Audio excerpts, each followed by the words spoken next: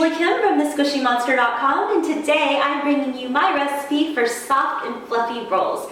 These dinner rolls are just so tender and fluffy. You'll just sink your teeth into it and they'll just melt in your mouth.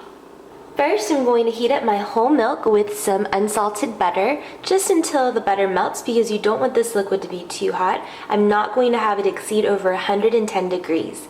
I personally highly recommend using whole milk, but please nothing less than 2%. The ingredients really need to have some fat to cling to, which will really improve the fluffiness and just the overall texture of your rolls.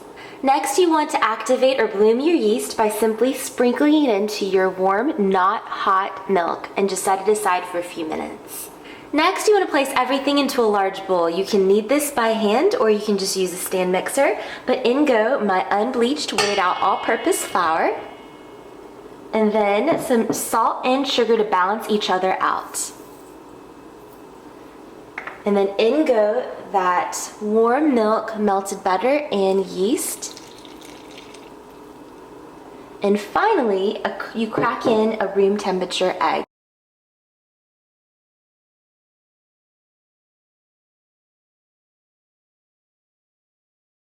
You'll know your dough is ready when you lift up the beater and you actually go in there to touch the dough. It will kind of lump together on its own, but a major indication is that when you touch the dough, you're touching it however way you want.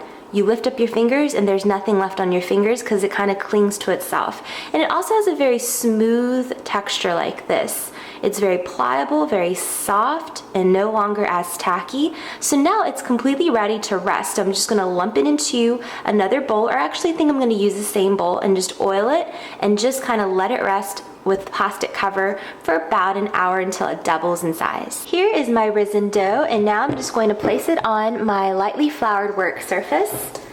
And you can use the aid of a digital scale if you'd like. I'm just gonna go in there and just lop off pieces just to roll into rough little balls. It really doesn't have to be perfect, so I'm just gonna do what feels good to me, as you should as well.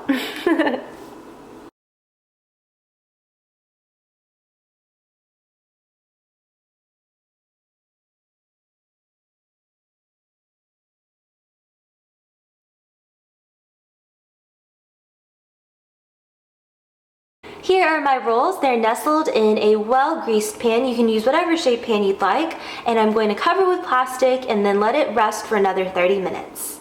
Here are the rolls after the second rise, and now I'm just going to dab with an egg wash.